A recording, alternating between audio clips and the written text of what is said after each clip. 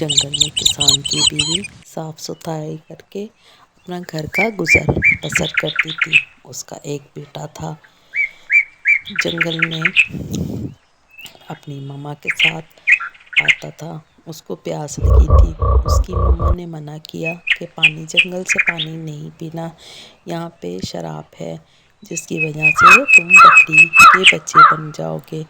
مگر اس بچے کو بہت پیاس لگی تھی، وہ ماما کی نظر سے چھپ جاتا ہے اور جا کر پانی پیتا ہے، اور وہ فوراً ہی بکری کا بچہ بن جاتا ہے اور میں کرتا رہتا ہے۔ وہ گھر جا کر آتی ہے، روتی ہے۔ پاس ہی میں سے مسافر گزرتا ہے، وہ کہتا ہے کوئی ہے، مجھے پیاس لگی ہے، پانی پلا دو۔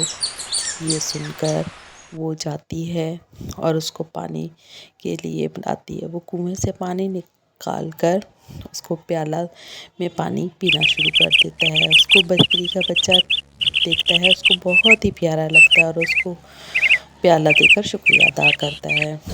اس سے پوچھتا ہے بہن کیوں رو رہی ہو؟ وہ اپنی ساری اسٹوری اس کو سناتا ہے، کہانی، اور وہ اس کا شکریہ ادا کر واپس چلے جاتا ہے۔ اگلے دن وہ اٹھ کر فروٹ وغیرہ کرتی ہے تاکہ کھا پی کے گزارا کر سکے۔ وہ بہت پریشان ہوتی بچے